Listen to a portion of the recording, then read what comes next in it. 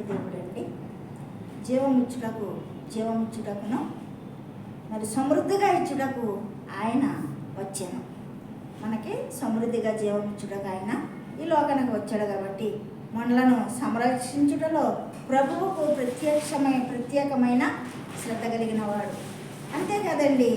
మరి అది ఎంతవరకు అంటే ప్రాణమును త్యాగము చేయనంతగా మనలను మరి ప్రేమించి మనలను రక్షించే దేవుడు కాబట్టి మరి అంత నమ్మదగిన రక్షకుణ్ణి నిర్లక్ష్యం చేయొద్దని వాక్యం సెలవిస్తుంది. ముసలమ్మ ముచ్చట్లతో, సీరియల్స్తో, సినిమాలతో, కబుర్లు కాదు, కానీ మనలను మరి రక్షించడానికి వచ్చిన దేవుని వాక్యాన్ని విని దాని ప్రకారంగా జీవించాలని మరి చెప్తుంది. చూడండి, మరి గొర్రె తన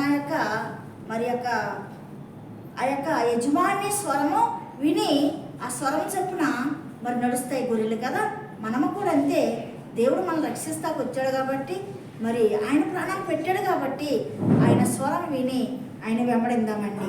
అంతేగాని మరి లేని ఎడల నాశనమునకు కారణమే మరి అవుతామని వాక్యం సెలవిస్తుంది. మోసపోగుడి దేవుడు విక్రించబడడు. ఎందుకంటే దేవుడు విక్రించబడడు, కానీ మనమే మోసపోతాం లోక మాటలతో, మరి లోక ఆచారాలతో ఉండే.